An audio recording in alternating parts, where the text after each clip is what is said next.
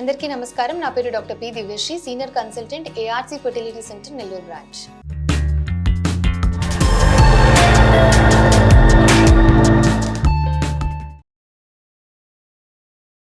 బయట అందరూ వింటుంటారు IVF centre, IVF, ICSI, ICSI అంటుంటారు.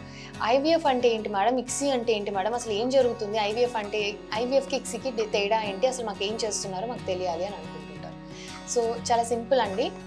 ఐవీఎఫ్ అనేది మనం వాడుక భాషలో వాడుతున్న పదము.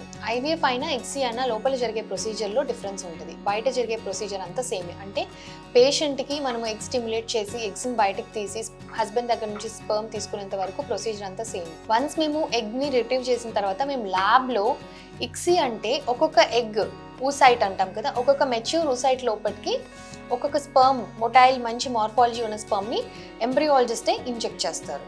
దీన్నే ఇంట్రాసైటోప్లాస్మిక్ స్పర్మ్ ఇన్సెమినేషన్ అంటాం. అంటే ఒక ఎగ్ లోపలికి స్పర్మ్ని మనమే ఇన్సెమినేట్ చేస్తాం. ఇంకొకటి ఐవీఎఫ్.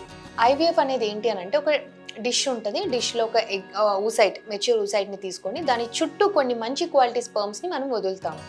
ఏదైతే స్పర్మ్ క్యాపబుల్ ఉందో అది వెళ్ళి ఊసైట్తో ఫర్టిలైజ్ అవుతుంది అనమాట. సో ఇది మోర్ ఆఫ్ న్యాచురల్ ప్రాసెస్కి సిమిలర్గా ఉంటుంది ఐవీఎఫ్ అనేది.